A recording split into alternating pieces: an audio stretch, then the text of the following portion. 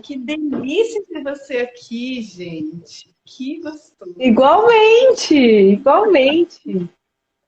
Você Me tá no ajusta consultório, assim. né? Eu consegui escapar e vir Tô. para casa hoje.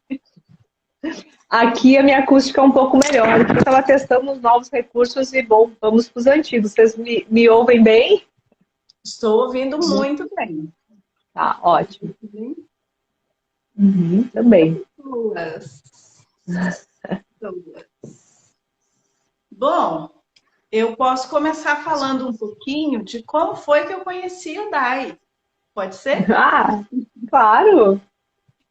Olha, não tinha lugar melhor para encontrar a Dai do que nos cursos do Luiz Henrique do Vida Mais Leve.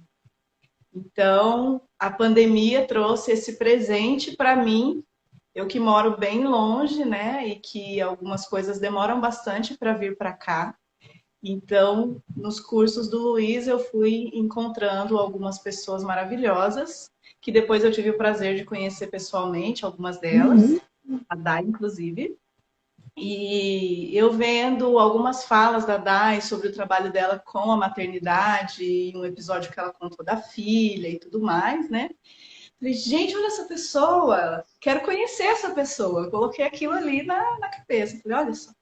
E aí um dia eu procurando, né, trocar de terapeuta, fui, chamei a Dai, falei, bora começar então esse processo e dali para cá, só coisa boa acontecendo. E a Dai tem esse olhar muito amoroso para o universo dos homens e das mulheres e como essas coisas se fundem e expandem a vida. E isso é uma das coisas que me deixa ainda mais encantada com esse trabalho. E aí eu, com todo o meu atrevimento, fui e chamei, Dai, vamos fazer uma live sobre essa questão da autossabotagem e como que a gente sabota o nosso feminino? Ela prontamente disse, bora. Assustei, né, que é aquela coisa, eita, e agora que eu tenho isso que eu quero, o que que eu faço? Um pouquinho de por que que eu tive a vontade de trazer esse Uhum. tema, tá? Porque eu vejo muito nas mulheres que eu atendo aqui na clínica, ao longo desses 21 anos de profissão, um olhar muito julgador e enfraquecido para as questões do Uhum. que é ser mulher. E isso vai se expandindo para a nossa profissão, para os relacionamentos de amizade, de casamento, namoro, enfim. E também para essa essência do feminino. E que eu observo que isso traz três coisas principalmente: a sensação de insegurança, de Uhum. dependência e um vitimismo gigantesco. E muitas vezes nos discursos dessas mulheres, a gente observa que existe um dedo apontado para as mulheres do nosso Uhum. sistema, da nossa sociedade, e esse dedo apontado de olha lá, jamais farei isso, olha que coisa horrível. Ah, é porque minha mãe fazia assim comigo, é porque ela falava isso. E quando a gente menos se percebe, estamos fazendo aquilo conosco. E alguém perguntou aqui, o que é autossabotagem especificamente? Poderia dizer que é tudo aquilo que nós fazemos, de alguma forma sabendo, consciente ou inconscientemente, que Uhum. aquilo nos machuca, que aquilo nos traz para trás, né? Nos tira do olhar para a vida e nos enfraquece enquanto pessoa. Então, eu convidei a Uhum. Dai porque ela tem muita coisa para acrescentar e eu queria, Dai, que você falasse um pouquinho para a gente como você vê essa questão da autossabotagem nos teus atendimentos e como que você olha para isso. Sem dúvida é um tema, né, que as pessoas tendem a falar. Eu tenho um pouquinho de ranço com a palavra, muito pela sensação que às vezes a gente chama o que é escolha, né, e uma escolha diferente daqui a pouco daquilo que é esperado, como uma autossabotagem. Então, estou me sabotando no trabalho, estou me sabotando em tal coisa, quando às vezes eu simplesmente estou escolhendo coisas que não estão dentro daquele padrão. Então, eu também, meu conceito de autossabotagem é tudo aquilo que me move para um lugar que não é o mais, que não é uma sensação de mais bem-estar, de mais qualidade de vida, né? Porque daqui a pouco eu posso estar decolando no meu trabalho, enlouquecida, e eu acho que eu estou super não me sabotando, estou sabotando a minha saúde. Então, acho que a autossabotagem é eu conseguir estar em equilíbrio com os meus objetivos, conseguindo, né, desfrutar das diversas áreas da minha vida, equilibrando elas dentro do meu sistema de valores, que é único e intransponível. Né? Que não é essa loucura que a gente vê do que é ser mulher, como eu brinco que a gente saiu de Cinderela para Mulher Maravilha, né? De quem esperava passivamente que as coisas acontecessem para uma coisa desenfreada de conquistar e de que só uma super-heroína daria conta. Então, acho que tudo aquilo que nos tira do eixo, né, que não nos faz a gente se mover para o que é para a gente, para aquilo que nos realiza, pode ser considerado, sim, autossabotagem. Justamente. E como é difícil para nós, muitas vezes, voltarmos o olhar apenas para nós. Né? Essa semana mesmo, eu atendi algumas mulheres dizendo, mas é que aí eu acabo me sabotando. E fica ali, sabe? Como se isso já fosse, assim, até mesmo um consolo. Aí eu digo, bom, então você está bem confortável, sabendo que o que você está fazendo é autossabotagem. Beleza, o que você veio fazer aqui? Para que você já tem um diagnóstico. Você já sabe o que é. O que você quer fazer com isso? Porque do jeito que você está falando aqui para mim, você está super confortável nisso. Mas eu não tô, né? Olha como você está dizendo. Você está perguntando para mim, para eu validar um desconforto que quem tem que saber é você. Se está realmente confortável ou não. E você vira e diz, mas eu não tô, né? Tô querendo afirmar novamente uma sensação que é minha. E como a gente não para se perceber, não para realmente se questionar. Eu estou trabalhando tanto assim, porque eu tenho um objetivo, esse objetivo só é alcançado desse jeito. Existe uma outra forma de fazer isso, né? Então, eu passei isso, né? Numa conversa nossa na terapia, eu falei, eu estou trabalhando muito, porque isso, porque aquilo. Aí ela falou, entendi, então você precisa mesmo trabalhar. Foi uma intervenção ali que eu falei, putz, olha eu aqui, né? Numa justificativa danada de que eu tenho que trabalhar tanto assim. E talvez tenha muito, né? Talvez tenha muito disso, né? Acho que hoje o conceito é mal usado. Quem chega confortavelmente dizendo eu estou me sabotando, talvez só esteja nos dizendo eu não estou correspondendo às expectativas que as pessoas teriam de mim. Você poderia trabalhar mais, você poderia ser uma mãe melhor, você poderia estar cuidando mais do seu corpo, da sua saúde. Muitas vezes o que a gente chama de autossabotagem tem a ver com, quando vem com essa cara, né, Lica, de assim, eu devo estar me sabotando. Eu sempre pergunto, o que tu está escolhendo? Qual é a tua escolha, né? Tu tens um objetivo, tu sabe para onde tu está indo, faz sentido isso que tu está fazendo? Porque talvez a nossa maior sabotagem seja entrar nesse novo ideal feminino, que é a mulher que dá conta de todas as identidades, né? Que está com o corpo ok, com as questões todas de capa de revista, tá buscando aquele ideal, tá sendo a mãe, né, que, nossa, larga tudo pelo filho, tá sendo a pessoa que tá no trabalho a milhão e decolando e com 1000 projetos, e que daqui a pouco não tem nada a ver com o plano de vida que aquela pessoa traçou, com o que ela traz de melhor do seu sistema, do que ela pode entregar. Então, acho que a maior autossabotagem é a gente querer entrar no modelo. É a gente realmente acreditar que existe um único jeito de ser mulher. Né? Que o único jeito é fazer daquela forma, e aí eu tenho a sensação, às vezes, que eu estou me sabotando quando eu não estou seguindo aquele ideal, aquele que, como o nome já diz, né, que é no mundo das ideias, que não vai ser correspondido nunca. Então, talvez o início da nossa verdadeira autossabotagem seja quando a gente não está olhando para dentro, quando a gente não está olhando para o que faz sentido para mim, o que eu quero desse movimento. O que eu espero de mim como mulher, como eu quero estar utilizando meu tempo. E isso faz um movimento que muitas vezes a gente percebe, né, como uma desorganização que fica cheia de conceitos, né, Lica? É autossabotagem, é isso, é aquilo, e que não parte do essencial, que é eu não estou me permitindo me apropriar da minha identidade, da minha vida e dar conta disso do meu jeito. A gente acaba parando de pensar sobre como eu olho para mim, o que eu quero de mim, o que eu quero da vida. Quais são as coisas que eu tenho, inclusive, que eu já tenho para fazer, para construir aquilo que me faz bem, né? E quando eu consigo algo que me faz bem, eu já fico olhando para o lado para saber se alguém vai validar aquilo. E a gente desaprende a se olhar.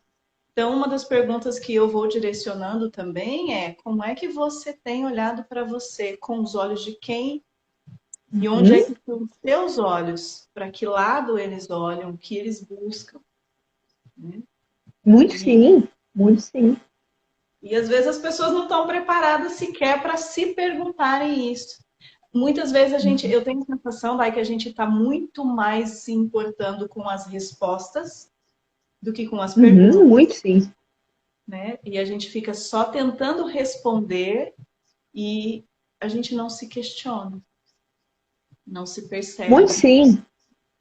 né? Muito sim. Tanto que a gente brinca, tem gente que vem para terapia para se ouvir, né?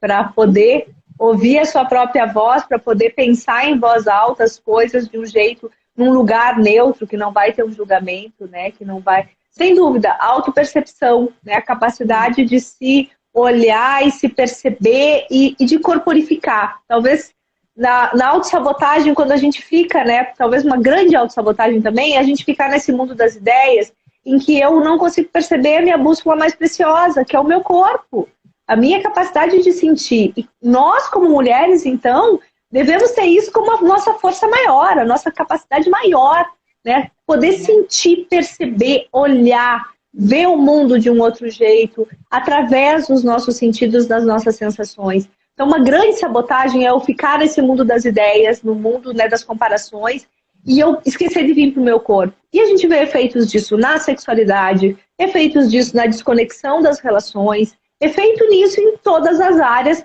do quanto eu não consigo ter uma autopercepção, né? E principalmente estar habitando o meu corpo para poder ver essa sinalização, né? Do o que me faz bem. Então, mesmo que talvez para o mundo seja uma sabotagem, eu abrir mão de um trabalho, por exemplo, se eu percebo que aquilo é demais para mim, não é uma autossabotagem, é um reconhecimento de limite.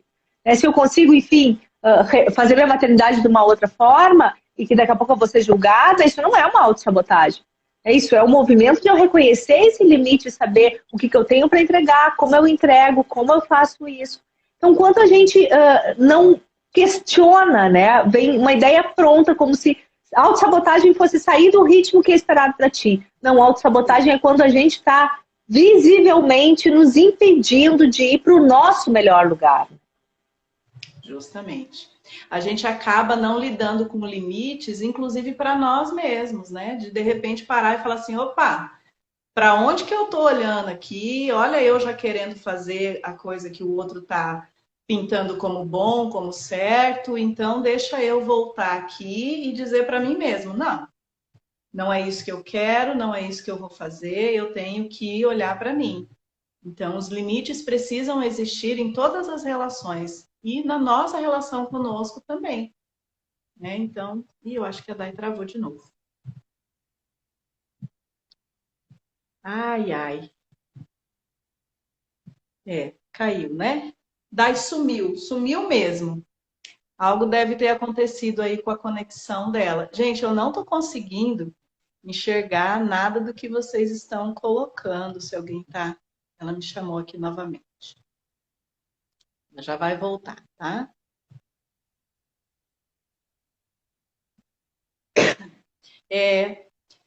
Franci, a Dai travou, mas ela já tá voltando. Tá bom?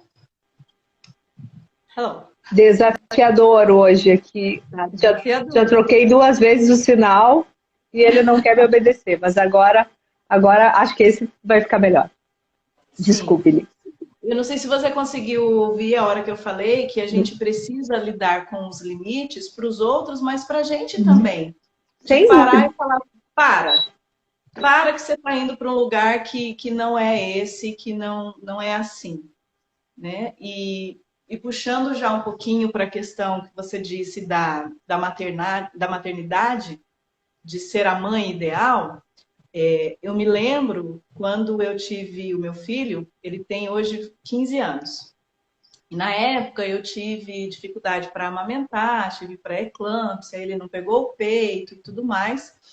O tanto que eu pegava chicotes e me massacrava e chorava desesperada, porque eu não sou uma mãe suficientemente boa, eu não deveria nem ter tido essa ideia de ter filho.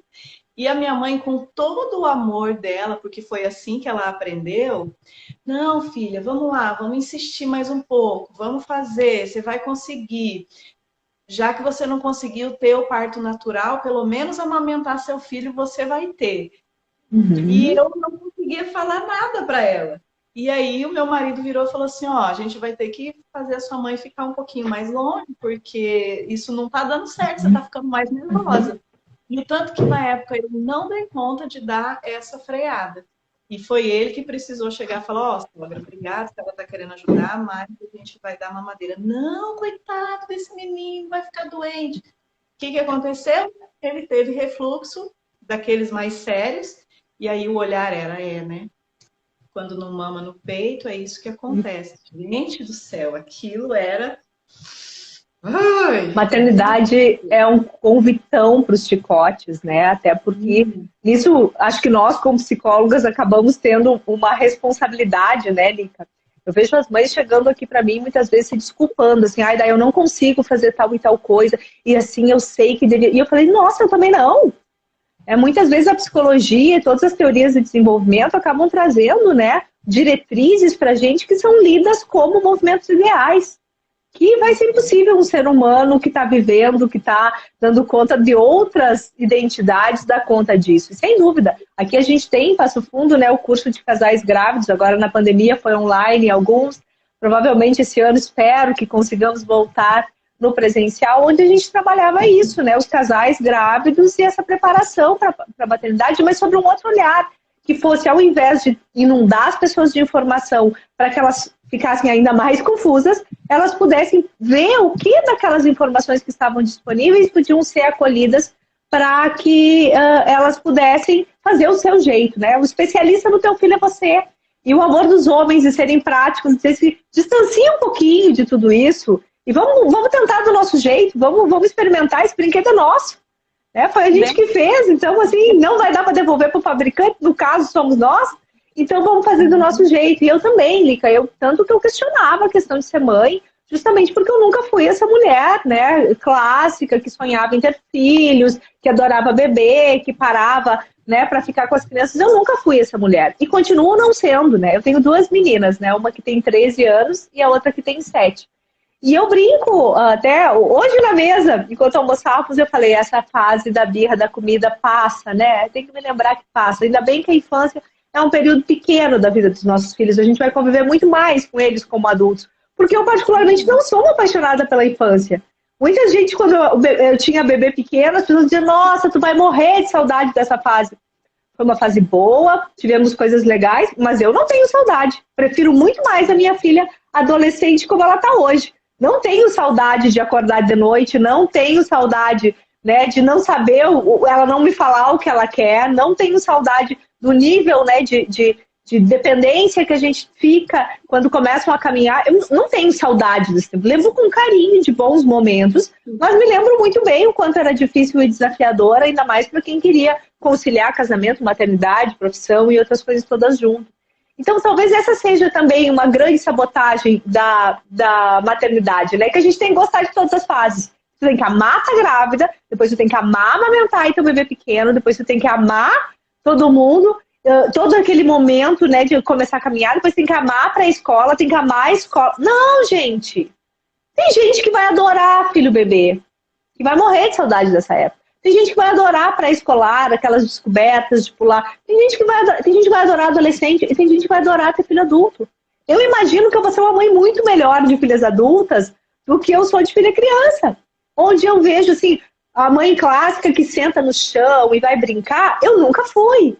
Então eu levava na cozinha e ia fazer um bolo e vamos brincar de verdade de fazer bolo. Vamos brincar de arrumar a casinha da Barbie, vamos brincar de costurar as roupinhas para as bonecas. Mas o meu fazer nunca foi brincar de faz de conta. Eu não gostava disso nem quando eu era criança. Então, o meu brincar, e eu dizia isso, digo isso claramente para minhas filhas. Olha, isso eu não gostava nem quando eu era criança. Então agora, papai gosta, vó gosta, tia gosta, um amiguinho pode gostar. A mamãe não gosta disso, a mamãe gosta de N outras coisas. E quando a gente começa a poder olhar, né, que eu posso não gostar de algumas fases. Eu tenho mulheres que se sentem culpadas por não gostar de estar grávida. Pelo amor de Deus, o corpo mudando. Tem gente que ama, e eu tive boas experiências na minha gravidez, mas tem gente que não gosta. Tem gente que adora amamentar, lembra disso como, né, um deleite. E tem gente que diz, nossa, foi difícil, foi desgastante. Então, a gente poder abrir esse espaço, né, para que a gente não nos sabote colocando as ideias de que eu preciso ser a mãe que gosta de tudo, eu preciso ser a mãe que tem paciência todos os dias, eu preciso ser a mãe que gosto, né, que tenho habilidades em todos os movimentos. E não, para isso já são duas pessoas, né, gente? Já tem o pai da criança junto. Que habilidade que eu não tenho, por exemplo, eu não sou fã da infância. Já o meu marido é nossa, super crianceiro e adora fazer aquelas brincadeiras e correr e brincar, adora parque de diversão, adora contar historinha, adora um milhão de coisas. Que beleza, né? A gente não precisa que os dois tenham a mesma habilidade. Como pode ser muitas casas por aí onde seja o contrário, onde as mães sejam muito assim e os pais vão ser muito mais habilidosos com filhos maiores, né? E quando a gente sai dessa ideia que a gente tem que ser boa o tempo inteiro, que a gente tem que dar conta de tudo o tempo inteiro, com certeza a gente consegue descobrir daí quais são os meus prazeres. Porque muito da gente é ficar centrada em tarefas, né, Lica? Outra grande sabotagem da maternidade é a gente achar que uma boa maternidade é fazer todas as tarefas. Eu caí muito nessa. Né, de eu quero dar a papinha, eu quero dar o banho, eu quero fazer, porque aí eu vou ser uma mãe presente. Quando às vezes a gente está fora do ritmo, fora do horário, tentando encaixar. Você me conta essa história que eu chegava para almoçar e os almoços, logo que a Laura, minha primeira, começou a comer, começaram a ficar um caos. Assim. Eu disse, não é possível. E eu me dei conta que eu chegava e ela queria a mãe. E quem estava com fome para comer era eu. Então eu inverti. Eu comecei a comer enquanto eu brincava com ela e depois que eu tinha comido, eu ia dar comida para ela. Porque aí eu me nutria do que eu estava precisando de comer, ela se nutria um pouco da mãe, e essa simples inversão mudou completamente os nossos almoços. Quer dizer, primeiro eu vejo qual é a minha necessidade, que está brigando com a necessidade dela, e tento atender as duas. Agora, ok, muito lindo, muitas das mães aqui vão dizer, ok, vocês pensam como é que eu era olhada no restaurante, quando eu servia o meu prato, e ficava com ela do lado, e ficava beliscando ali, e depois eu dava comida para ela. Como eram os olhares? Que mãe horrível! Que mãe terrível, imagina! Você já ouviu o ditado que diz assim, depois que o filho parir, nunca mais a barriga enche? Você já ouviu esse ditado? Muito, muito. Inclusive, eu acreditava nele. Sim. E a gente, quando ia levar o Léo no restaurante, a gente ia almoçar, eu falava pro Caco assim, ó, eu vou comer primeiro e depois você come. Daí a gente vai vendo aqui como é que o Léo vai comer. Aí o Léo pegou o ritmo rapidinho, do tipo assim, cara, ela tá comendo, tem comida aqui, eu vou dar um jeito aqui, vou me virar e vou comendo. E aí a gente foi fazendo isso de uma forma mais tranquila. E hoje em dia, ser mãe de um adolescente é a coisa mais maravilhosa do mundo. Por quê? Principalmente, eu tô gostando muito também. 15 anos, ele já não precisa mais de mim. Eu já tô livre dessa parte, já tô livre dessa etapa. Ele precisa muito mais do pai dele agora. O que ele precisa aprender é com o pai, eu já tô de boa. Ainda hoje em dia é muito bom porque eu sou aquela mãe que com criança, eu deito e rolo no chão, eu pinto a cara, eu faço a bagunça, eu faço a festa. Eu adoro isso. E hoje em dia ele tem jogos de computador, coisas sobre jogos de computador, jogos de videogame e tal. Eu gosto desse universo também? Eu gosto, mas eu não tenho paciência para entender metade da coisa que ele fala. Eu falo, ó, vai e fala isso aí lá com seu pai, que eu não tô nem interessada em saber desse negócio aí, não. E por que a gente não pode ter esse espaço, né? Uma grande sabotagem nossa é essa. Eu tenho que gostar de tudo, eu tenho que dar conta de tudo, eu tenho que poder organizar. E aí, a gente realmente sabota algo, Lica, quando a gente começa, para dar conta dessas tarefas todas que a gente se impôs, a gente começa a negligenciar o nosso autocuidado pessoal, seja saúde, atividade física, seja os nossos relacionamentos, seja o sono, seja o que for, né? Qualquer um dos pilares do autocuidado, a gente, em nome, né, de botar essas coisas todas a serviço, a gente começa a negligenciar o autocuidado e principalmente negligenciar as relações.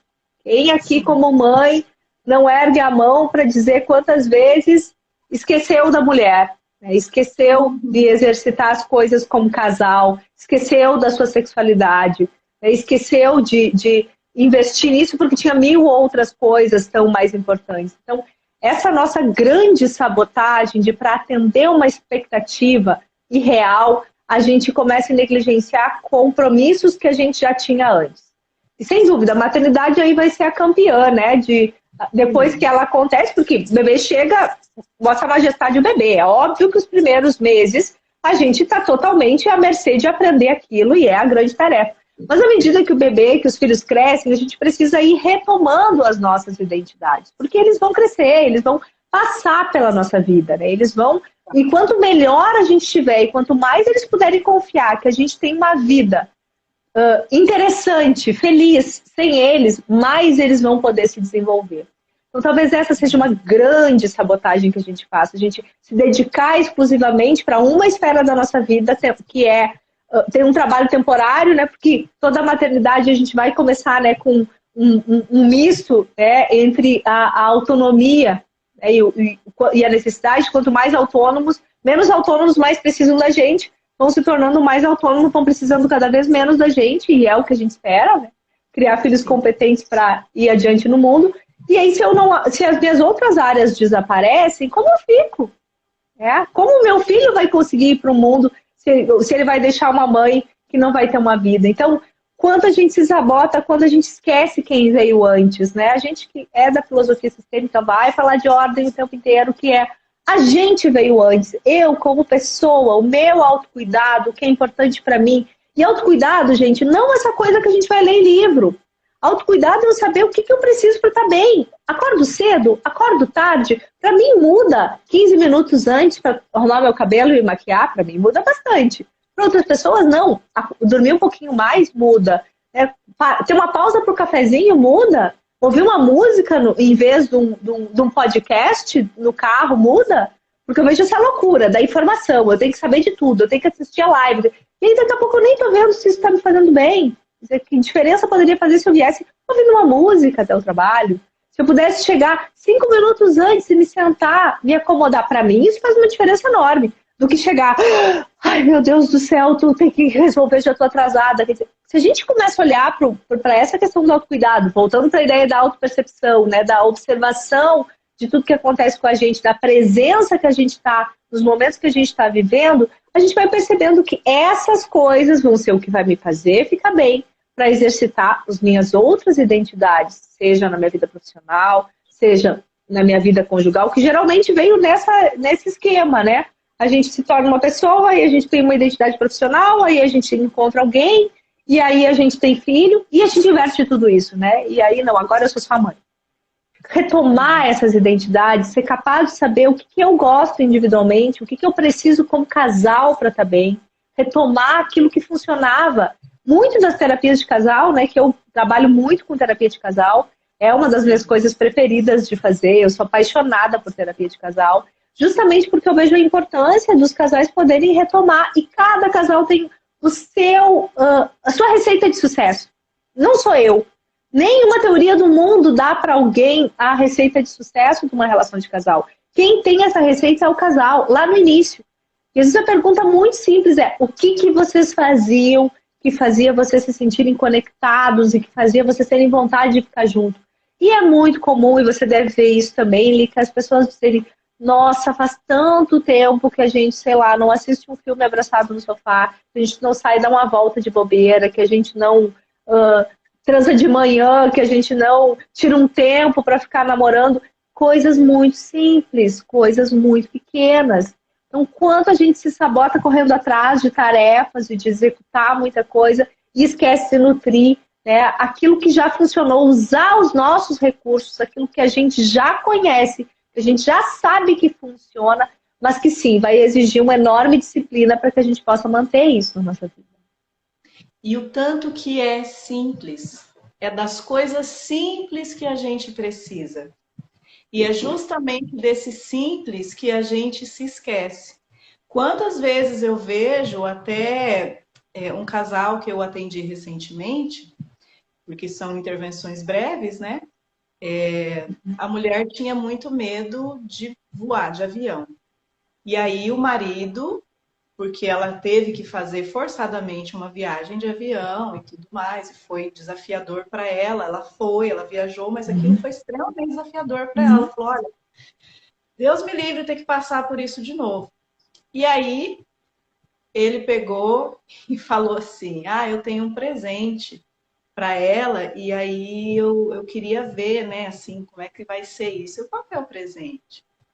Aí ele falou: ah, eu comprei, meu amor, aqui para você uma viagem para gente ir para tal lugar. Aí a primeira coisa que ela virou, ela: de avião? Sério que você acha que isso é um presente? Você esqueceu que eu tenho medo? Ah, mas é que eu achei que isso ia ser bom para você. Ela: cara, pergunta. Tem coisa mais simples do que você perguntar? E como a gente se esquece do simples? Às vezes a gente quer ter uma grande ideia mirabolante que vai fazer toda a diferença e não existe essa ideia. Existe uma construção no dia a dia de você prestar atenção no que é simples e estar presente naquilo ali, né? E a gente se esquece. E que é as questões das surpresas, né? Eu sempre brinco que surpresa sempre pode sair você o surpreendido, né? Toda surpresa, ela pode gerar tanto aquela reação, a gente tem que pensar em 3 possíveis reações. A melhor, que tu imagina, que a pessoa vai adorar. A média, que a pessoa vai dizer, opa, deixa eu olhar. E a ruim, que a pessoa vai dizer, nossa, nada a ver. É muito comum nos presentes, né? Às vezes eu vejo as mulheres falando disso, né? Dai, me deu um brinco desse tamanho, sendo que nunca me viu com um brinco grande, eu só uso brinco pequeno, ou o contrário. Ou nunca me viu com um colar e agora chega e me dá um colar enorme.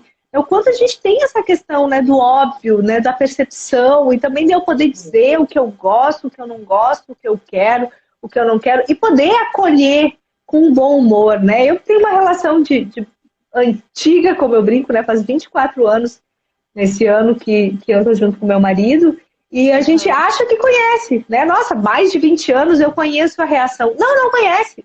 A gente ainda tem a oportunidade de se surpreender e a gente ainda vai fazer presepada. Gente, 2 semanas atrás que a gente estava de aniversário de casamento, eu toda feliz, comprei um vestido todo bonito, assim, laranja, assim, bem da moda, só que eu costumo usar roupas de cores mais sóbrias, né?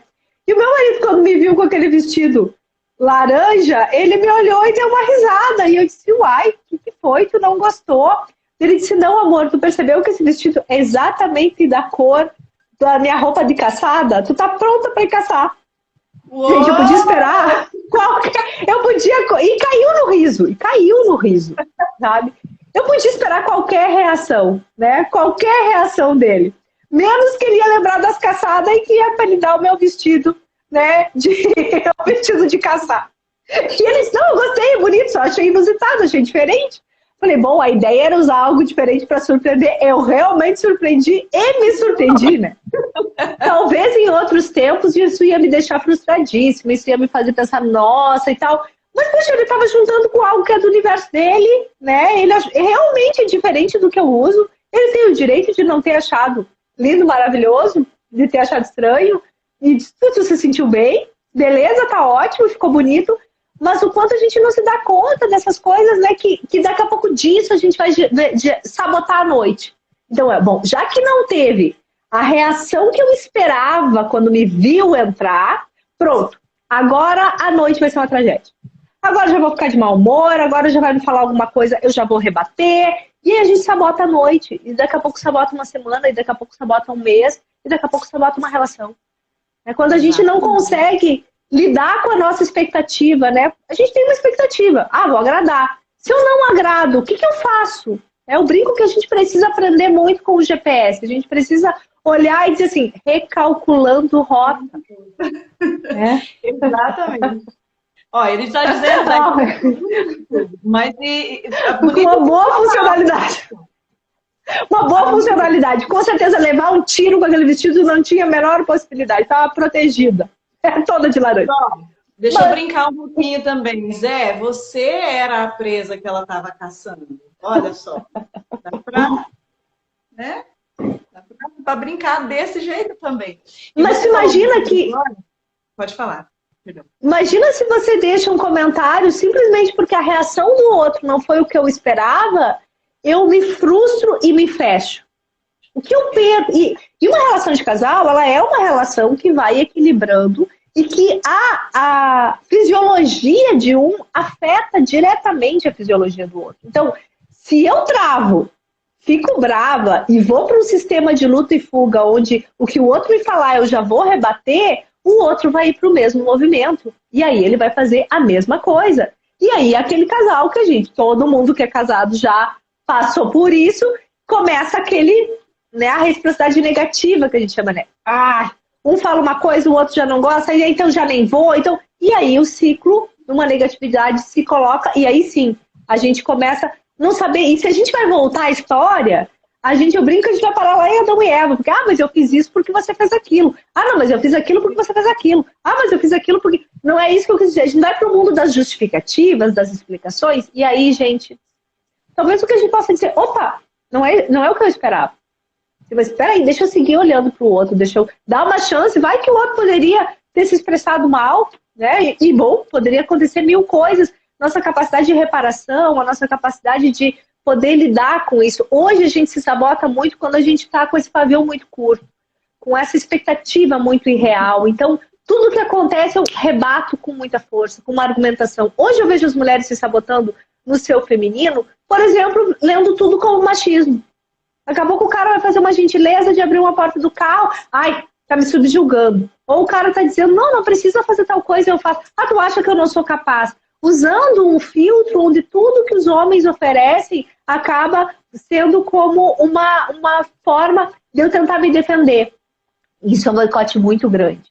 Isso realmente nos afeta. Me defender, né? Muitas vezes eu não sei nem do que eu estou querendo me defender. Eu só aprendi que já que eu sou mulher e ele é homem, então eu tenho que me defender porque ele está querendo alguma coisa. E como a isso gente é faz muito na sexualidade. Eu vejo muitas mulheres nos casais que eu atendo dizendo assim, mas também qualquer coisa ele vai ficar de castigo essa noite. Aí eu paro e penso, conta aqui um negócio aqui pra mim. O sexo com essa pessoa é tão ruim assim? Não, até que não. É bom, você gosta? Você sente prazer? Você gosta do sexo com essa pessoa? Gosto. Então quem é que tá de castigo nessa história? Né? A gente não para olhar nem para isso. Sim, mas ainda é botando um limite no outro, que está ensinando uma lição para ele, mas a gente está ficando sem uma coisa que a gente gosta. E é uma coisa aprendida, né? Que o sexo é para o homem, que ele quer mais que a mulher, e que isso vira uma massa de manobra. Isso é muito negativo, né? Porque, afinal, uma relação, amor sem sexo é amizade. Então, a partir do momento que eu tiro de uma relação aquilo que ela tem de força, o que vai acontecer com ela? Então, eu vejo muito comum isso, ou sempre o troco, né? Sempre a rebatida ser a sexualidade. É uma cristalização do funcionamento.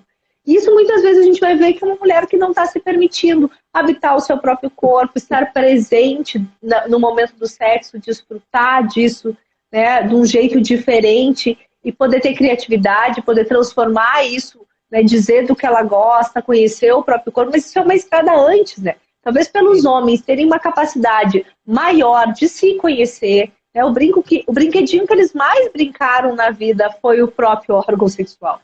Nada eles conhecem melhor. Se botar foto de 10, ele acha o dele. A mulher, se tu botar foto de 2 vaginas, é capaz ela não saber qual é a dela.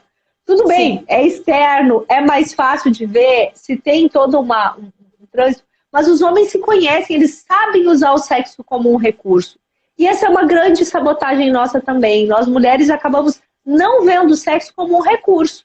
Um recurso tanto para me vincular com o outro, quanto para eu relaxar, para eu desfrutar do meu corpo, para eu dormir melhor, para passar uma dor de cabeça, para quanto sexo, tudo que ele promove a nível de organismo, de sistema nervoso central, pode ser usado a nosso favor. É que seja para a pele ficar mais bonita, que a gente sabe que fica. Mas a gente não usa sexo como recurso. Ao contrário, usa como recurso de punição, usa como recurso de afastamento, como recurso de troca. E isso vai trazer muita coisa negativa para o casal. Porque imagina para um homem que está ouvindo que ele está de castigo. Né? Quer dizer, já começa aí que lugar essa mulher está? De mamãe que educa e dá o castigo? Quem é que ou de igual? Ou de igual, ou eu digo assim, não. Né? Não, só um pouquinho. Você fez. E quando eu deixo de castigo, eu não dou para o outro a chance de reparação. Se eu te deixo de castigo, o castigo nunca vai ser uma reparação. Se a gente quer ser adulto como casal, você fez uma coisa que eu não gostei, você precisa me compensar fazendo uma coisa para mim. Ou eu vou te compensar deixando de fazer algo para ti, mas de um jeito adulto. Onde eu estou sentindo, eu estou sendo reparada. Agora, quando eu deixo de castigo, isso não repara, isso não apaga. Depois, da próxima vez que eu vou falar, mas teve aquilo que você fez, aquilo não zera. Certamente a gente não está numa relação de equilíbrio. E toda vez que a gente ferir isso, a gente vai, sim, deixar muito a relação em risco. A gente vai esticar muito essa corda. E isso passa por coisas muito maiores, Lica, como, por exemplo, hoje, o quanto as mulheres têm se sabotado não assumindo os seus próprios desejos. Né? Como, por exemplo, de se casar. Como, por exemplo, de ser pedido em casamento, ser pedido em namoro, ser apresentada para a família. Seja lá, seja qual for o ritual que tiver aí, que da cabeça das nossas mulheres. É muito comum casais chegarem aqui no consultório, Lica, que estão perdendo força na relação. Estão juntos há um tempo, às vezes já moram juntos e a relação está perdendo força. E quando eu vou olhar junto com eles o que eles não estão se sentindo escolhidos. E na grande maioria das vezes é a mulher que está a todo momento esperando que ele faça o pedido de casamento, ou que ele planeje casar. Mas não, isso não pode ser falado. Não, nós somos mulheres independentes, a gente vai pra vida, a gente vai ganhar dinheiro. Quantas vezes eu vou apertando elas aqui até que eu digo, então tu quer casar? Não, mas é que... Não, tu quer casar. E é tão simples, Lica, porque quantas vezes, essa cena já se repetiu inúmeras vezes aqui no consultório, o homem olha pra ela e diz assim, sério, você quer casar? Então tá, a gente casa. Tu quer ser pedido em casamento? Como? Me fala.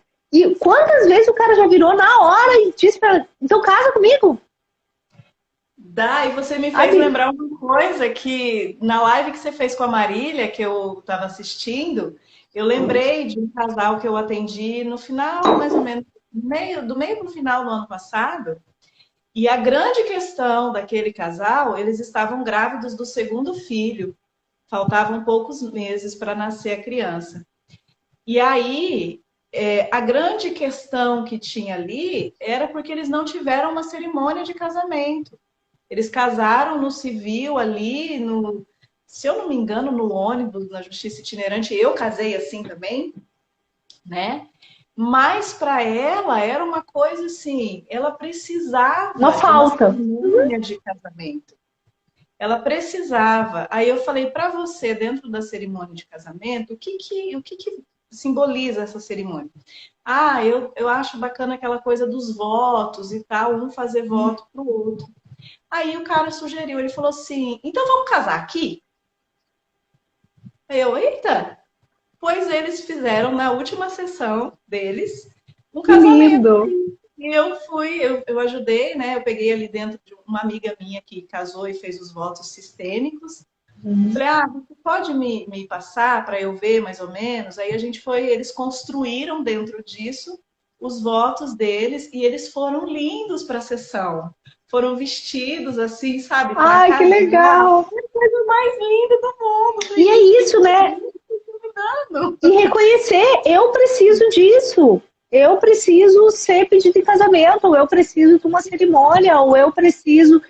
Eu poder falar o que eu preciso, né? Nossa maior sabotagem é eu querer ser melhor do que eu sou. Não, isso não é importante. Verifica. É importante. Se é importante, a gente precisa assumir que é importante. E talvez seja, para algumas pessoas não é importante ganhar presente, para outras vai dizer, olha, por favor, se ocupe com o meu presente. Para algumas pessoas vai ser importante lembrar datas, para outras não. Agora, o que a gente não reconhece como adulto é que se é importante para mim, quem precisa ser responsável por comunicar, lembrar o outro e ajudar o outro a construir. Sou eu. Se casamento é importante para mim, como o casamento é importante para mim, eu não posso esperar que o outro adivinhe. Eu preciso dizer, então, o importante são os votos, porque para o outro podia ser o importante a festa, podia ser o importante o padre, podia ser importante outras coisas. E um casamento é justamente isso, né? O somar o que é importante para mim, fazendo o que é importante para o outro. Então, sem dúvida, como casal, a gente se sabota muito. Não dizendo o que a gente quer, esperando que o outro adivinhe. Esperando que o outro corresponda à minha expectativa de reação. E isso, né, como vocês bem puderam ver, não passa, né? A gente sempre tem uma expectativa que daqui a pouco a gente pode só se divertir olhando para ela e dizer, nossa, esperava outra coisa, tá tudo bem. Mas de poder trabalhar essas flexibilidades em nós. Mas existem coisas que são inegociáveis, né? E essas coisas a gente precisa primeiro reconhecer. E depois ter a coragem de explicitar para a gente mesmo, para o outro. Muitas vezes na terapia é disso que se trata, né, Lica? A gente ajuda as pessoas a olharem o que é inegociável, o que tem a ver com os valores da sua família, o que tem a ver com o seu sistema, o que tem a ver com as suas crenças pessoais, o que realmente vai fazer com que as experiências ou a relação, a entrega com o outro seja efetiva. Isso é responsabilidade nossa. E acho que nós, como mulheres, a gente tem se distanciado muito disso. A gente vai para a receita de bolo, a gente olha se aquilo não está na moda, então não é importante. A gente vai abrindo espaços que não necessariamente a gente gostaria de ocupar e às vezes deixando de ocupar aqueles que são importantes. Então, a cada momento... E a gente muda, né? Além, se já não fosse complicado o suficiente a gente descobrir, a gente também vai descobrir que isso muda. Né? Que a Dai, de 10 anos atrás, queria coisas diferentes, a Lica, de 10 anos atrás, queria coisas diferentes. E hoje, com a velocidade que as coisas estão, talvez eu já dei muito valor para a data, depois teve épocas que eu dei pouquíssimo valor, agora eu já olho para elas de um jeito diferente. Mas quanta coisa aconteceu e o quanto eu preciso comunicar. Isso vai melhorar minha vida no trabalho, se eu comunico a minha expectativa, vai melhorar meu casamento, vai melhorar minha relação com os meus filhos, se eu posso saber melhor o que esperar, e se eu estou mais ciente dos meus limites, né, do que eu sou capaz verdadeiramente dizer, isso eu dou conta, isso eu não dou conta. Ou eu preciso disso para dar conta, ou eu não preciso disso para dar conta. Eu preciso que tire isso para eu dar conta. Então, a gente está num momento realmente, assim, agora, acho que veio essa pandemia, nos ajudou a refletir um monte de coisas, um monte de penduricos desnecessários na vida de todo mundo caiu. A gente realmente se voltou muito mais para aquilo que é importante. As relações, né, ficar convivendo muitas vezes dentro da mesma casa, fez as pessoas se olharem, fez elas descobrirem o que elas querem verdadeiramente um do outro. Mas às vezes falta habilidade, né? Às vezes falta essa capacidade de eu poder parar um pouquinho, organizar de novo isso, limpando, né, tudo isso que eu recebo constantemente. Quando eu abro o meu Instagram ali, vou olhar e tenho 1000 frases, 1000 fotos, 1000 jeitos de viver, 1000 jeitos de estar certo. E às vezes a gente não se dá conta disso, que eu preciso limpar. Preciso olhar para aquilo que faz sentido para mim, preciso olhar para vidas que são parecidas com a minha, preciso ter modelos de gente que tem os mesmos valores que eu, que tem as mesmas capacidades, né, onde eu também posso me espelhar para chegar, em vez da gente se entupir de informações que nos distanciem daquilo que a gente torna possível ou viável. Então, acho que tem muita sabotagem pequenininha, que pode ser que eu sigo, o que eu assisto, quais são as ideias que eu cultivo, quais são os livros que eu estou lendo, que tipo de filme, de seriado. Quantas vezes a gente está na frente da TV e a gente para sentir assim, ó, está me fazendo bem assistir isso? Eu estou ficando ansiosa vendo isso. Ou estou ficando irritada, ou essa mensagem que está me passando não combina com o que eu acredito. Né? E a gente não faz isso. Ah, não, está no top 10. Então lá vou assistir para estar no meio, no grupo de todo mundo, para ver se para poder ter assunto. Gente, assunto, vai lá e lê o resumo na internet, se tu quer ter assunto, para saber do que se trata, mas experiencia fisicamente, aquilo está te fazendo bem, aquilo funciona. Eu vou te dizer, muito essa questão de ficar ouvindo, né, um monte de coisas, eu me dei conta que não me fazia bem. E se eu estava sempre com alguma coisa ouvindo, seja no carro, seja em movimento, aqueles momentos de autocuidado, de dar uma voltinha, de poder dar uma relaxada, de ouvir uma música, eu não estava tendo. Então, quer dizer, informação é ótimo? É. Na dose que eu estava usando? Não.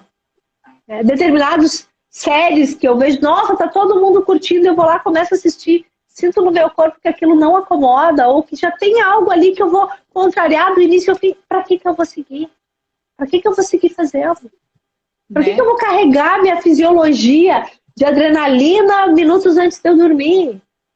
Ou para que que eu vou pegar um negócio muito longo que eu vou ficar ansiosa para dar conta, quando eu posso, enfim, simplesmente ver um filme que tem início, meio e fim, se isso é uma coisa mais tranquila para mim. Então, a gente poder olhar para cada detalhe, né, para a gente pensar, não nas sabotagens grandes, né, Lica, não naquelas grandes coisas que parecem as decisões que eu tomo para a direita ou para a esquerda, mas para essas pequenas coisas do dia a dia que afetam a minha fisiologia, minha percepção, minha capacidade de presença, minha capacidade de me sentir bem no meu corpo, minha capacidade de ir para as relações com calma e tranquilidade, essa sim, a gente precisa estar muito atento, tanto homens e mulheres. Mas acho que nós, mulheres, que temos muitas vezes a responsabilidade, eu também não gosto disso, mas é real, de dar o tom das relações. Somos nós que damos o tom suave para que siga suave ou tenso para que siga sempre. Os homens são muito responsivos. Se a gente está agitado, eles tendem a se agitar. Se a gente se acalma, eles tendem a se acalmar. A gente arrasta com muito mais facilidade, tanto os nossos cônjuges quanto os nossos filhos. Então, olha a importância da gente ter autorregulação, ter a capacidade de eu me manter, né, usando os meus recursos para estar bem, porque isso vai afetar diretamente o bem-estar de todas as pessoas que estão à minha volta, principalmente daquelas que ativamente dependem de mim, né, como os filhos ou o clima da casa, como marido e mulher. Então, essa autorresponsabilidade da gente não sabotar o nosso autocuidado, não sabotar a nossa percepção, né, não abrir de jeito nenhum a possibilidade da gente ficar atendendo só o que é externo, usando toda a nossa fisiologia e todas as nossas habilidades como mulher para sentir, para ter, né, essa depuração fina das sensações, que nós mulheres temos mais facilidade sim de sentir, sem dúvida vai fazer uma diferença enorme para a nossa qualidade de vida e para a qualidade de vida de todo mundo que está em volta da gente. É verdade, Dai. É muito isso. Eu acho que já trouxe esse apanhado, esse fechamento nisso que você falou. Porque se a gente não olha, não está atento para olhar para os pequenos detalhes, para o cotidiano, para aquilo que é ordinário, a gente nunca vai ter condições físicas, emocionais e o que for para essas grandes coisas, para as grandes decisões, e aí a gente vai sim ter grandes sabotagens. Por quê? Porque a gente não está olhando para aquilo que precisa ser visto, que é no dia a dia, é onde a vida acontece. A vida não é cheia de grandes coisas, ela é cheia de pequenas coisas, é cotidiano. É o que eu vou escolher fazer para mim hoje que vai me fazer bem. Ah, hoje eu tô afim de tomar um banho escutando Madonna e cantando lá loucamente, isso vai me fazer feliz, então eu vou fazer isso. Eu tô a fim de chupar um sorvete de chocolate sentado no meio-fio da calçada. E eu vou fazer isso, sabe? São pequenas coisas. Tô dando exemplos até meio viajados, mas são coisas que eu escuto na casa. As mulheres falam assim, às vezes dá vontade de ir lá na padaria da esquina e comprar um sorvete e sentar ali e comer. Eu falo, cara, vai. Por que não? E por que não? Né? Vai. Ah, mas é a cultura da dieta, a cultura do fazer tudo certo, a cultura, né, do que é saudável. Eu sempre brinco, se uma dieta, por exemplo, gosto muito de uma frase da Carol Almeida, que estava aqui com a gente antes. Se uma dieta te deixa neurótica, né, irritada e brava, pode fazer, só não chama isso de alimentação saudável. Né? Se você tem uma rotina de exercício que te deixa, né, ativada para conseguir, só não chama isso de saúde. Para fazer, para algumas pessoas serve, só que a gente precisa rever esses nossos conceitos de saúde, de sucesso, né, e de principalmente o que é ser uma mulher de sucesso. Para cada um. Em que áreas da minha vida precisam estar brilhando para que eu me sinta com sucesso? O que define para mim, né, ser uma boa mãe, ser uma boa esposa? E, obviamente, olhar para os efeitos. Eu faço desse jeito e funciona, e eu tenho os sinais verdes, e eu sinto que meus filhos ficam bem. Testa! Mulherada aqui, testa! Não acredita em nada do que a gente está falando. Testa! Isso. Duvida de tudo e sai aí, colocando a prova. Duvida de tudo, né? Testa acordar cedo e testa acordar tarde. Testa tomar o sorvete, testa não tomar o sorvete. Testa, né, falar tudo o que você pensa, testa esperar. Testa! A gente está muito no eu quero fazer certo, eu não quero errar, eu quero investir. Isso é muito louco, a vida é empírica. A gente precisa testar, a gente precisa descobrir o que dá certo pra gente. Faz e olha para o efeito. Faz e percebe o que está acontecendo. Isso, sem dúvida, nos desvia. A gente não vai ter uma grande sabotagem se a gente estiver muito sintonizado com essas coisas pequenininhas da gente conseguir caminhar. É isso aí, Dai. Nossa, que delícia que foi receber você aqui e ter essa conversa gostosa que a gente vai embora falando. Tem muitos exemplos para dar, mas enfim, o nosso tempo acho que daqui a pouco deve cair, mas deve estar explodindo já. Deve estar, mas Dai, eu quero te agradecer imensamente. Eu admiro demais a mulher que você é e o trabalho que você faz. E eu sou muito feliz de ter encontrado você na minha vida. Muito obrigada por tanto. Igualmente, foi um grande presente. A gente se conheceu agora em janeiro pessoalmente. E que delícia, né? A gente poder, os presentes do online, né? Que nos permitiu que a gente se conhecesse. Para mim também é um privilégio. Eu digo que eu adoro tudo que chega, assim, eu sempre recebo pacientes maravilhosos que transcendem as relações, muitas vezes, do consultório, para a gente se conectar como mulheres e descobrir como a gente pode crescer junto, seja dentro do consultório, seja fora, seja pela vida. Assim, um prazer estar com vocês, uma alegria, várias carinhas conhecidas aqui. E bom, estou aí à disposição para a gente poder conversar mais, para poder ter mais lives falando sobre mais assuntos e que a gente possa cultivar muito as boas relações, que talvez isso seja também uma boa bússola para nos tirar da autossabotagem, relações de qualidade com pessoas que nos inspirem e com certeza convergindo os valores da gente realmente buscar leveza, buscar diversão, buscar a gente conseguir usar esse nosso feminino sem precisar abrir mão da nossa força, mas podendo usar as nossas sutilezas. A força que tem nelas, né? Dai, então, um brinde aos ótimos encontros. Um brinde. Obrigada também a todo mundo que está aqui. Beijo e até mais. Tchau, tchau. Até. Tchau, tchau.